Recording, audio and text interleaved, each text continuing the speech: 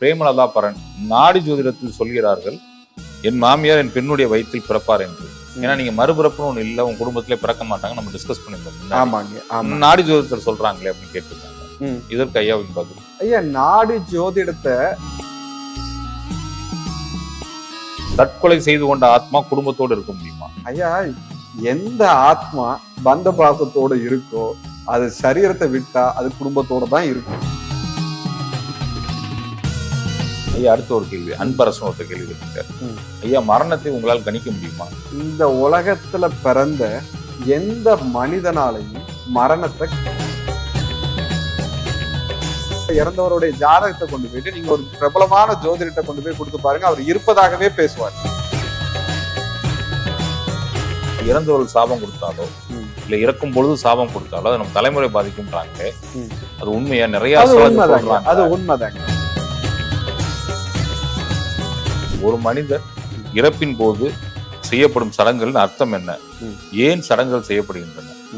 அப்படி செய்யும் போது அந்த ஆத்மாவுக்கு என்ன நடக்கும்? ஆன்மா இறந்த பின் பித்ருலோகம் செல்லும் பயணங்கள் யாவை? ஐயா, இதுல இறந்த விலங்க தூக்கி போறதுனால கர்மா டிரான்ஸ்பர் ஆயிரும், உங்களுக்கு அந்த பாவம் வந்துடும் அப்படிங்கிற மாதிரி ஒரு புரிதல் கூட நம்ம சில உறவுகள். ஐயா, இப்படி ஒருத்தன் சொல்றானா ஒரு பெரிய பைத்தியக்காரன். பிரேமலதா பரன் 0006 அப்படின்ற ஐடியில இருந்து கேட்டிருக்காங்க. நாடி ஜோதிடத்தில் சொல்கிறார்கள், என் மாமியார் என் பெண்ணுடைய வயிற்றில் பிறப்பார் என்று. ஏன்னா நீங்க மறுபிறப்புன்னு ஒண்ணு இல்ல, உங்க குடும்பத்திலே பிறக்க மாட்டாங்க, நம்ம டிஸ்கஸ் பண்ணிருந்தோம். நாடி ஜோதிடத்தில் சொல்றாங்களே அப்படின்னு கேட்டிருக்காங்க. இதற்கு ஐயாவின் பதில். ஐயா, நாடி ஜோதிடத்தை பத்தி முதல்ல ஒரு புரிதல் நமக்கு வேணும். நம்ம உடம்புல ஓடக்கூடிய 72,000 நாடிகள் இருக்குங்க ஐயா. அதுல வடகலை நாடி, பிங்கள நாடி, சுழுமுனை நாடி முதன்மையானது. இப்படி நம்மளுடைய பல ஜென்ம யாத்திரைகள் அந்த சுழுமுனை நாடிகள்ல பதிவு செய்யப்பட்டிருக்கும். இதோடைய இந்த சுழுமுனை நாடிகளை பற்றிய விவரங்களை நம்மளுடைய முன்னோர்கள் சித்தர்கள் என்ன பண்ணாங்கன்னா, இந்தந்த நாடிகள் இருப்பவர்களுக்கு வாழ்க்கை இந்தந்த சூழல்கள்ல அமையப்படும் அப்படின்னு அவர்கள் ஓலைச்சுவடியில பதிவு செய்ய வச்சிருந்தாங்க. அந்த ஓலைச்சுவடிகளின் மூலமாக நம்மளுடைய பயணங்கள் இப்படிதான் இருக்கும் அப்படின்னு ஒரு அளவுக்கு சொல்ல முடியும், முழுமையாக சொல்ல முடியாது. இப்போ பாத்தீங்கன்னா இந்தியா மட்டும் இல்ல, பல நாடுகள்லையுமே, சிங்கப்பூர், மலேசியா, எல்லா நாடுகளிலுமே கூட நிறைய நாடி ஜோதிடம் பார்ப்பதற்கான இடங்களை அமைச்சிட்டே இருக்கிறாங்க. இதுல எது உண்மை அப்படின்ட்டு நமக்கு தெரியாம போகுது. இப்போ சூழல்ல எது அந்த நம்மளுடைய முன்னோர்கள் கொடுத்துட்டு போனா அந்த மூலச்சுவடி யாருக்கிட்ட இருக்கு, எது உண்மைன்னு நமக்கு தெரியாம இருக்கு. ஏன்னா நிறைய பேர் வியாபார நோக்கமும் அதுல இருக்கிறதுனால அந்த மூலம் தெரியாம இருக்கு. அதனால இவர்கள் சொல்வது சரியா தப்பா அப்படிங்கிறதையும் இப்போ ஒரு கேள்விக்குறி ஏற்பட்டிருக்கு. இப்போ இவங்க கேள்வி கேட்டிருக்கிறாங்க, என்னுடைய மாமியார் என்னுடைய பெண்ணின் வயிற்றுல பிறப்பாங்க அப்படிங்கிற வாய்ப்புகள் நாடி ஜோதிடத்தின் மூலமாக சொல்லவே முடியாதுங்க ஐயா. நாடி ஜோதிடத்தின் மூலமாக ஒரு மனிதனுடைய பிறப்புல இருந்து இறப்பு வரைக்கும் சொல்ல முடியுமே தவிர, அந்த மனிதன் என்னோட வயிற்றுல பிறப்பான் அப்படிங்கிறத நாடி ஜோதிடத்துல என்னொரு ஆத்மாவை பத்திய புரிதலை ஒரே தலையெழுத்தின் மூலமாக தெரிஞ்சுக்கான வாய்ப்பு கிடையாது. நிச்சயமா அவங்களுக்கு ஒரு புரிதல் ஏற்பட்டிருக்கும் இதன் மூலியம் கண்டிப்பா. ஐயா, இது ரொம்ப ஆழமாக அவர்களே புரிந்து கொண்டால் மட்டும்தான் இதற்கான பதில் கிடைக்கும். ஏன்னா சிலவங்க மன துக்கத்துல இருக்கும் போது யாராவது உன்னுடைய இறந்தவங்க உங்க வீட்டுல பிறக்கிறாங்க அப்படின்னு சொல்லும் போது அவங்களுக்கு ஒரு சிறு சந்தோஷம் ஏற்படும். நிச்சயமா அந்த சந்தோஷம் கூட அவங்களுக்கு ஒரு ஆறுதலா இருக்குன்னா அது நல்ல விஷயம் தாங்க ஐயா. நிச்சயமா. அடுத்த ஒரு முக்கியமான கேள்விங்க, சசிதரன் 1708 அப்படிங்கிற ஒரு ஐடியில இருந்து கேட்டிருக்காரு, தற்கொலை செய்து கொண்ட ஆத்மா குடும்பத்தோடு இருக்க முடியுமா? ஐயா, எந்த ஆத்மா பந்த பாசத்தோட இருக்கோ அது சரீரத்தை விட்டா அது குடும்பத்தோட தான் இருக்கும். அது தற்கொலை பண்ணதுனாலயோ கொலை செய்யப்பட்டதுனாலயோ அதுக்கு இதுக்கு வேறுபாடு அப்படிங்கிறது கிடையாது. இறந்த ஆத்மா யாரோடன் அதிகமாக வாழ்ந்ததோ, எந்த பகுதியில் அதிகமாக வாழ்ந்ததோ அந்த இடத்துலதான் அது இருக்கும். ஞான ஆத்மா மட்டும்தான் அது பிரம்மத்தோட ஐக்கியமா இருக்கும். அது மீண்டும் குடும்பத்து மேல பாசம் வைக்கணும், பற்று வைக்கணும்னு அதுக்கு அவசியமே இல்லை. ஆசைகள் இருக்கக்கூடிய எல்லா ஆத்மாக்களும் குடும்பத்தோடு தான் அது இருக்கும். அது பித்ரு உலகத்துக்கு பயணம் செய்துட்டு மீண்டும் மீண்டும் வந்துட்டு தாங்க இருக்கும். இன்னொரு கேள்வி, முக்கியமான கேள்விதான், அதுவும் கேட்டிருக்காரு கோவிந்தராஜன் நடராஜ பிள்ளை 2054. எஸ், குழந்தைகள் மறைந்தால் சூப்பர் தான் அப்படின்னு இருக்காரு. ஐயா, நம்மளுடைய பதிவு ஆவிகள் சார்ந்த பதிவுகள்ல ஒரு இடத்துல ஒரு கேள்விக்கு நம்ம ஒரு பதில் சொல்லியிருந்தோம். அதாவது என்ன பதில் சொல்லியிருந்தோம்னா, குழந்தைகளா இருக்கும்போது அவங்களுக்கு மரணம் ஏற்படும் போது அந்த ஆத்மா ஞான ஆத்மா அப்படிங்கிற மாதிரி ஒரு பதிலை கொடுத்திருந்தோம். அந்த பதிவை பார்த்துட்டு இவர்கள் குழந்தை இறந்தா சூப்பர் தானே அப்படிங்கிற மாதிரி அவர் வேடிக்கையான ஒரு கருத்தை சொல்லியிருக்காரு. இதுக்கு வேடிக்கையாக சொல்றவருக்கு ஒரு ஒரு சிறு விஷயத்த நான் புரிந்து கொள்ள நினைக்கிறேன். இது வந்து இப்போ ஒரு குழந்தை இறந்து போச்சு அது சூப்பர் தானே அப்படி நம்ம நினைக்கிறது எவ்வளவு ஒரு பெரிய பாவமான ஒரு விஷயம். அதான் நானும் பார்த்தேன், அது கேட்கலாமான்னு நான் யோசிச்சேன்.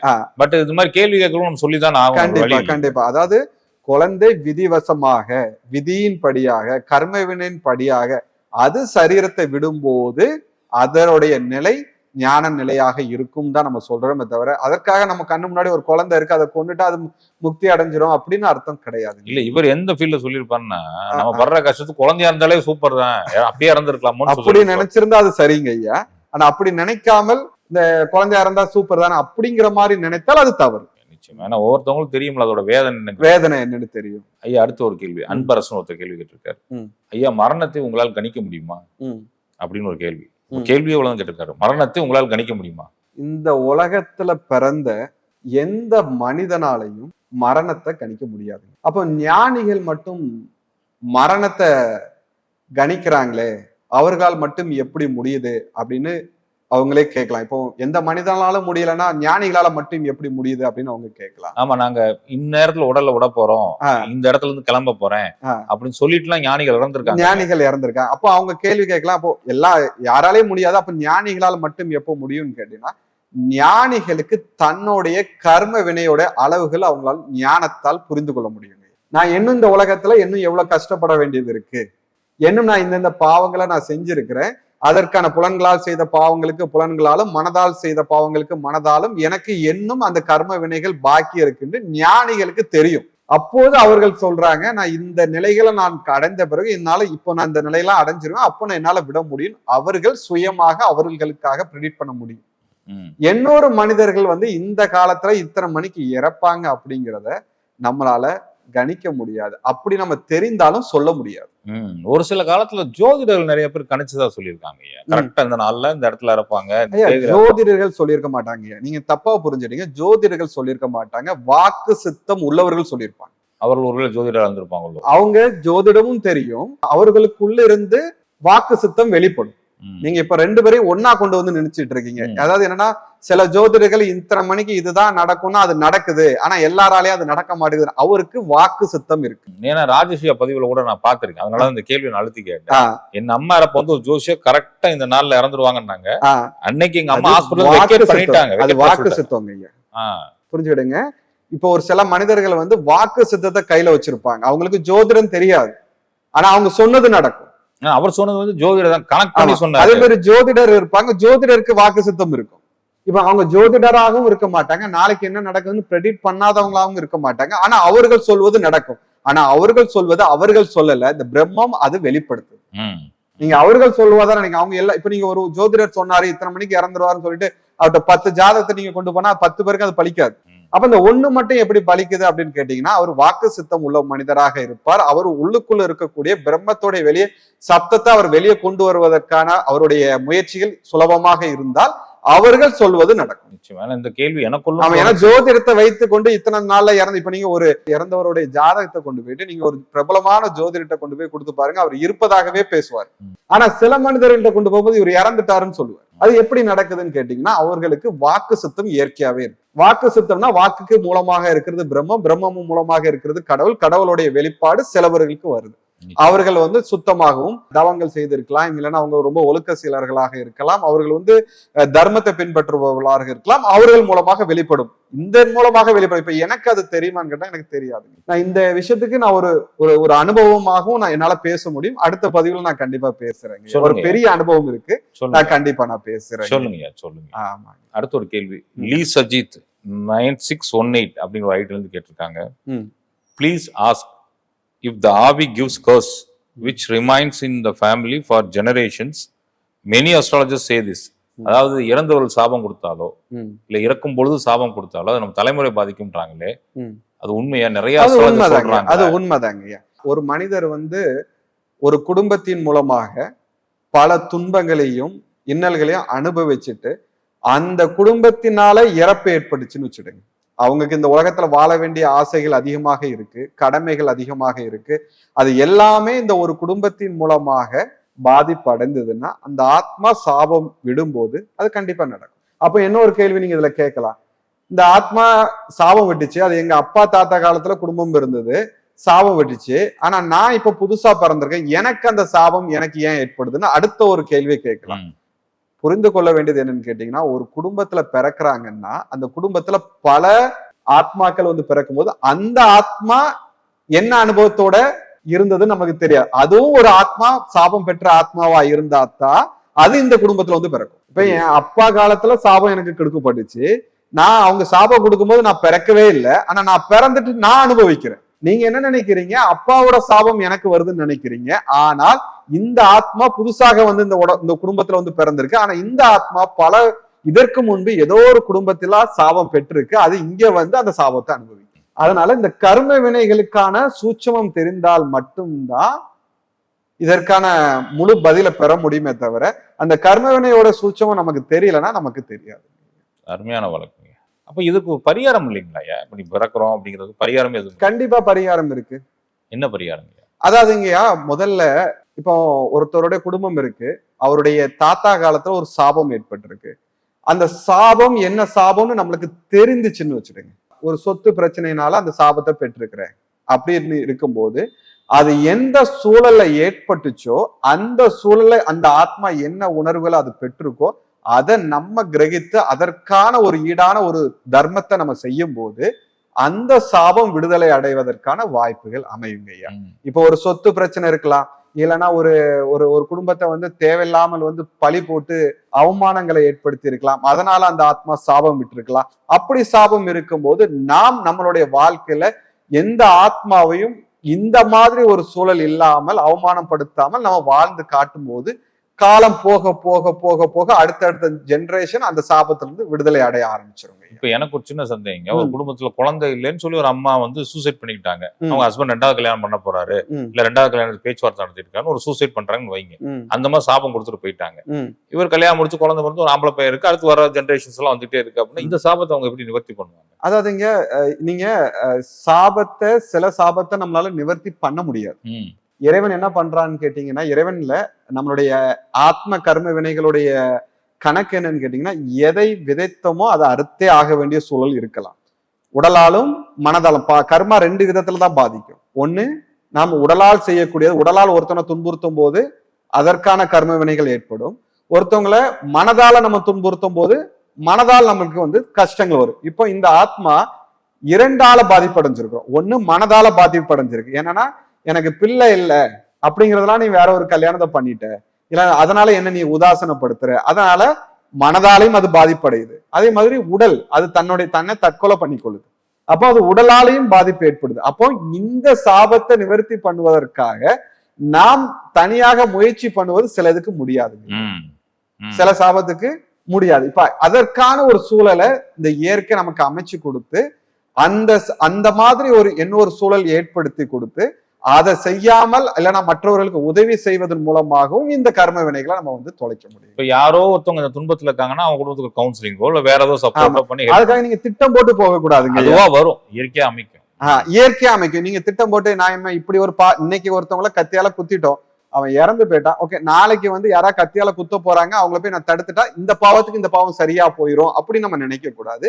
இயற்கையாவே நம்ம இந்த தவறு பண்ணிட்டோம், ஒரு பெண்ணுடைய மனதை நம்ம கஷ்டப்படுத்திட்டோம், அந்த பெண்ணை எவ்வளவு துன்பப்படுத்தி இருப்போம், அந்த பாவத்தை இப்ப இருக்கக்கூடிய மனைவி கிட்ட கூட நம்ம அந்த வார்த்தையை பயன்படுத்தக்கூடாது. நம்மளுடைய அடுத்த ஜெனரேஷன் கூட நான் இந்த மாதிரி நான் கட்டிய மனைவி கிட்ட குழந்தை இல்லைங்கிறதுனால அதை உதாசனப்படுத்திட்டேன், இந்த மாதிரி ஒரு விஷயங்கள் அடுத்த ஜெனரேஷன் வந்துடக்கூடாதுன்னு நம்ம சொல்லி கொடுத்து வளர்க்கும் போது அந்த கர்ம வினை அந்த ஆத்மா என்ன நினைக்க, ஓகே நம்ம வந்து சரீரத்தை விடும்போது கூட அந்த நம்ம எவ்வளவு வேதனைப்பட்டாலும் அவர்கள் அதை உணர்றாங்க, ரியலைசேஷன் பண்றாங்க, பண்ணிட்டு அடுத்த ஜெனரேஷன் அதை வர விடாம தடுக்கிறாங்க. அப்படிங்கறதுனால கூட அந்த ஆத்மா அந்த சாபத்தை தன் வசம் மீண்டும் பெற்றுக்கொள்வதற்கான வாய்ப்புகள் இருக்குதுங்க. நிச்சயமா. ஆமா, அதுக்காக நான் இதை செஞ்சுட்டேன் அதுக்கு இணையான ஒண்ணு செஞ்சு அந்த கர்மாவை நான் சரிப்படுத்துவேங்கிறதுக்கு மனிதன் அதுக்கான ஒரு கடவுள் கிடையாதுங்க. நிச்சயமா. ஐயா, அடுத்து சிவரஞ்சினி கருணாகரன் 8936 அப்படிங்கிற ஐடியில இருந்து கேட்டிருக்காங்க, ஒரு மனிதர் இறப்பின் போது செய்யப்படும் சடங்குகள் அர்த்தம் என்ன, ஏன் சடங்குகள் செய்யப்படுகின்றன, அப்படி செய்யும் போது அந்த ஆத்மாவுக்கு என்ன நடக்கும்? ஆன்மா இறந்த பின் பித்ருலோகம் செல்லும் பயணங்கள் யாவை? ஐயா, இதுல ஒரு ஆத்மா இறந்த பிறகு பித்ருலோகத்துக்கு போகக்கூடிய பயணங்களை பத்தி நம்ம முன்னாடியே பேசியிருக்கிறோம். ஆனா இந்த சடங்குகள் ஏன் செய்யறோம், எதுக்கு செய்யறோம் அப்படிங்கிறத தான் நம்ம முதல்ல நம்ம புரிந்து கொள்ளணும். இதுக்கு நான் ஒரு ஒரு விஷயத்த நான் என்னுடைய அனுபவத்துல நான் சொல்ல ஆரம்பிக்கிறேன். நான் அந்த உலகத்தை பத்திய புரிதல் இல்லாத காலம் இருந்து அதுக்கப்புறம் புரிய ஆரம்பித்த பிறகு ஒவ்வொரு ஜீவராசிகளையும் நான் கவனிக்க ஆரம்பிக்கும் போது ஒரு விஷயம் எனக்கு புரிய ஆரம்பிச்சதுங்க ஐயா. நமக்குள்ள இருக்கக்கூடிய ஆத்மா கடவுள், பிரம்மம். இந்த ஆத்மா இந்த உடம்புக்குள்ள சஞ்சாரம் செய்துன்னா அப்போ இந்த உடம்பு எவ்வளவு பெரிய புண்ணியமான ஒரு பொருளா இருக்கும். இந்த கடவுள் உள்ள இருக்காரு, அப்ப அந்த கடவுள் இருந்திருக்காருன்னா அந்த கடவுளுடைய கூடு எப்படி முக்கியமானது. இதை நான் தெரிந்த பிறகு நான் என்ன பண்ணேன்னா, நான் ஏதாவது சாலை ஓரத்துல நடந்து போகும்போது ஏதாவது எலி செத்து கடந்திருந்தா கூட நான் அதை எடுத்து பத்திரமா எங்கேயாவது ஓரமா வைப்பேங்க. இது எனக்கு என்ன அறியாமலே இது எனக்குள்ள ஏற்பட்ட ஆரம்பிச்சதுனால ஏதாவது காகம் செத்து கிடக்கும், இல்லைன்னா ஏதாவது பறவைகள் வண்டியில அடிபட்டு கிடக்கும் போது கூட நான் அந்த பறவைகள்லாம் எடுத்து வச்சுக்கிட்டே இருந்தேன். அப்போ என்கிட்ட ஒருத்தர் ஒரு கேள்வி கேட்டாரு, அதுதான் செத்து போச்சு, நீங்க எதுக்கு அதை நீங்க கையால தொட்டு அதை எதுக்கு எடுத்து போடுறீங்க அப்படின்னு கேட்டாரு. அப்ப நான் அவர்கிட்ட சொன்னேன், அந்த உடலுக்குள்ள ஆத்மா இருந்திருக்கும்ல, கடவுள் இருந்திருப்பாருல்ல, அப்ப அந்த கடவுள் இருந்த ஒரு கோவில் தானே அந்த உடம்பு. அப்ப நம்ம அதை எனக்கு அது உதாசீனப்படுத்துற மாதிரி தெரிஞ்சது, அதனாலதான் நான் எடுத்து போட்டேன் அப்படின்னு சொன்னேன். அப்போ இந்த உடல் ஒரு சாதாரண உடல் இல்லைங்க ஐயா, கடவுள் வாழ்ந்த ஒரு உடல். நம்ம பண்ணக்கூடிய இறப்பு கிரிகைகள் எல்லாமே நம்ம இறந்த ஆத்மாக்கு பண்றோம் அப்படின்னு நம்ம நினைக்கிறோம். ஆனா அவங்க பண்ணக்கூடிய கிரியைகள் எதுவுமே ஆத்மாக்களுக்கு மட்டுமே சொந்தமானது கிடையாது. இந்த ஆத்மா வாசம் செய்து இந்த உடலுக்கும் சொந்தமான காரணம் இருக்கு. ஏன்னா நம்ம இந்த உடம்புக்குள்ளதான் இந்த ஆசை, பந்தம், பாசம், கஷ்டம், துன்பம் எல்லாத்தையுமே அனுபவிச்சுட்டு வந்திருக்கும். அப்ப இந்த உடம்பு இல்லைன்னா அப்ப இந்த உடம்பை அப்படியே கொண்டு போய் புதைக்க கூடாதுங்கிறதுக்காகத்தான் நம்மளுடைய முன்னோர்கள் என்ன பண்றாங்க, இந்த உடம்பை குளிப்பாட்டுறாங்க. இது ஒரு கோவில், வாழ்ந்த ஒரு ஆத்மா, கடவுள் வாழ்ந்துட்டு வெளியே போயிருக்காரு. அப்ப இந்த உடம்பை குளிப்பாட்டுறதுல இருந்து, அபிஷேகம் பண்றதுல இருந்து, எண்ணெய் தேய்க்கிறதுல இருந்து, இந்த உடம்பை சரியான முறையில இந்த ஆத்மா வாசம் செய்ததுனால அதற்கான இந்த உடம்பு கூடுக்கு மரியாதை கொடுக்குறாங்க. இதுதான் நம்மளுடைய முன்னோர்கள் சடங்குகளா வச்சிருக்காங்க. அப்போ இந்த உடம்பு, இந்த இறைவன் தங்குறது இருக்காருன்னா அந்த உடம்பு எவ்வளவு பெரிய முக்கியமானது. புதுமையான வழக்குங்க. அதற்கான சடங்குகள் தாங்க ஏன் நடக்குது. தயவு செய்து நிறைய பேர் இந்த சடங்குகளை சரியான முறையில் செய்யுங்க. ஒரு ஆத்மா ஒரு உடம்புக்குள்ள இருந்து வெளியே போயிருக்குன்னா அந்த கூடு அது எவ்வளோ பாவம் பண்ணாலும் சரி, 1000 பேரை கொண்டாலும் சரி, 1,00,000 பேரை கொண்டாலும் சரி, அது அவனோட கர்ம வினைக்கு, அந்த ஆத்மாவோட கர்ம வினைக்கு தான் சொந்தமே தவிர இந்த உடலுக்கு சொந்தம் இல்லை. அப்ப இந்த உடலுக்கு மரியாதை கொடு. இந்த வீடியோவை பார்க்கும்போது யாராவது ஒருத்தவங்க ரோட்ல நடந்து போகும்போது ஏதாவது ஒரு ஜீவராசி செத்து போயிருந்தா கூட, உங்களுக்கு கையால எடுத்து போறதுக்கு கஷ்டமா இருந்தா கூட ஒரு சின்ன பழைய பேப்பரால கூட எடுத்து ஒரு ஓரமா போடுங்க. மனித உடலுக்கு எவ்வளவு முக்கியத்துவம் கொடுக்குறீங்களோ அதே போல இந்த உலகத்துல இருக்கக்கூடிய அத்தனை ஜீவராசிகள், ஆத்மாக்கள் வாழ்ந்த அத்தனை ஜீவராசிகளுக்கும் முக்கியத்துவம் கொடுங்க. இறந்த விலங்க தூக்கி போறதுனால கர்மா டிரான்ஸ்பர் ஆயிரும், உங்களுக்கு அந்த பாவம் வந்துடும் அப்படிங்கிற மாதிரி ஒரு புரிதல் கூட நம்ம சில உறவுகள் இருக்குல்ல. ஐயா, இப்படி ஒருத்தன் சொல்றான்னா ஒரு பெரிய பைத்தியக்காரங்க, முட்டாளுன்னு நான் சொல்லுவேன். ஏன் முட்டாளுன்னு நான் சொல்லுவேன்னா, உங்க மொபைல்ல இருந்து இன்னொரு மொபைலுக்கு டேட்டா டிரான்ஸ்பர் பண்ற மாதிரியா கர்மாவை டிரான்ஸ்பர் பண்ணுவாங்க? கர்மாங்கிறத ஒரு புரிதல் இல்லாதவன் தான் இந்த மாதிரி செயல்களை செய்யும் போது கர்மா டிரான்ஸ்பர் ஆயிரும் சொல்றான். கர்மா பத்தி அவனுக்கு அடித்தளம் கூட புரியாதுங்க ஐயா. இது என்ன டேட்டா டிரான்ஸ்பர் ஆங்க ஐயா? ஒரு ஆத்மா ஒரு ஆத்மா சரீரத்துல வாழ்ந்திருக்கு, அந்த ஆத்மா விடுதலை அடைந்திருக்கு, அந்த சரீரத்துக்கு நம்ம கிரியைகள் செய்யறோம். இல்லைன்னா அந்த சரீரத்தை உதாசனப்படுத்த கூடாதுன்னு சொல்லிட்டு ஒரு பகுதியில எடுத்து வைக்கிறோம். அது எப்படி பாவம் டிரான்ஸ்பர் ஆகி வந்துடும்? இல்ல, சில உறவுகள் அதை நினைப்பாங்க, சில புரிதல் இல்லாத புரிதல். அதான் சொல்றேன், அவங்க முட்டாளுங்கிற, அவங்க எல்லாம் முட்டாள், அவர்களுக்கு அறிவே இல்லைன்னு நான் சொல்லுவேன். அவங்க என்னைக்கு அந்த அறிதல் அவங்க பெறாங்களோ அப்பந்தான் அவங்க ஒரு ஞானத்தை பெறுவாங்க. இல்ல, நீங்க சொன்ன விஷயம் உண்மையிலே நம்மளுக்கு ஒரு பெரிய புத்துணர்ச்சி தான். அதாவது நம்ம என்னமோ நினைச்சுக்கிட்டு இருக்கோம், கடவுளை போய் பாக்குறோம், கடவுள் நம்மள ஒண்ணும் கண்டுக்கலன்னு. இந்த உடம்பே கோயில் தான். உடம்பே கோயில் தானே, உடம்பு கோயில். இந்த உடம்பு இல்லைன்னா நீங்க யாரு? இப்ப என் முன்னாடி பேட்டி எடுக்கிற உங்க உடம்பும் இல்ல, பேட்டி எடுக்கிற என்கிட்ட கேள்வி கேட்கிறேன் என் உடம்பும் இல்ல, அப்ப நீங்களும் நானும் யாரு? அப்ப இறைவன் இந்த ஆத்மாவை நம்ம இந்த உடம்புல சஞ்சாரம் பண்றதுக்கு விடலன்னா, இந்த உடம்பு கொடுக்கலன்னா நிச்சயம் நிறைய ஒரு தவறான பழக்க வழக்கம் கூட அதை பார்த்தாங்கன்னு வச்சுக்கங்களேன், ஆ. ஐயோ இந்த கோயிலை கெடுக்கிறோமே அப்படின்ற ஒரு எண்ணம் வந்துரும். கண்டிப்பா அந்த கோயிலை கெடுக்கதான் செய்றாங்க. இப்போ தண்ணி அடிக்கிறாங்க, இந்த கோயிலை கேவலப்படுத்துறாங்க. கடவுள் கொடுத்த கோயிலை நீங்க வந்து தண்ணி அடிக்கிறது கேவலப்படுத்துறது தான். மட்டன் சிக்கன் எல்லாம் சாப்பிடுறாங்களே, கேவலப்படுத்துறாங்க. உயிரை கொண்டு கோவிலுக்குள்ள தள்ளுறாங்க. என்னைக்கு இத கோவிலாக மனிதன் நினைக்கிறானோ அப்ப அவன் தவறான எந்த பொருளையுமே உள்ள போட மாட்டான், இந்த கோவிலை வீணாக்க மாட்டான். அடுத்த கேள்வி கொஞ்சம் நம்மளே மனசை ஒழுக்குற மாதிரி ஒரு கேள்வி. சொல்லுங்க ஐயா. சிவானி KH அப்படின்னு சொல்லி அவங்க ஐடியில இருந்து கேட்டிருக்காங்க. எனக்கு 4/2/2005 அன்று 4:45 AM ம். ரெட்டை குழந்தை பிறந்துச்சு. ஒரு குழந்தை உடல்நிலை சரியில்லாம ம். 27/2/2025 அன்னைக்கு 1:30 AM ம். இறந்துட்டு, ம். இறந்த குழந்தையின் ஆன்மா தற்போது எங்கிருக்கும், அந்த குழந்தையை நினைத்து மனவேதனையில் உள்ளேன் அப்படின்னு கேட்டிருக்காங்க. இதுக்கு உங்க பதில்? ஐயா, அந்த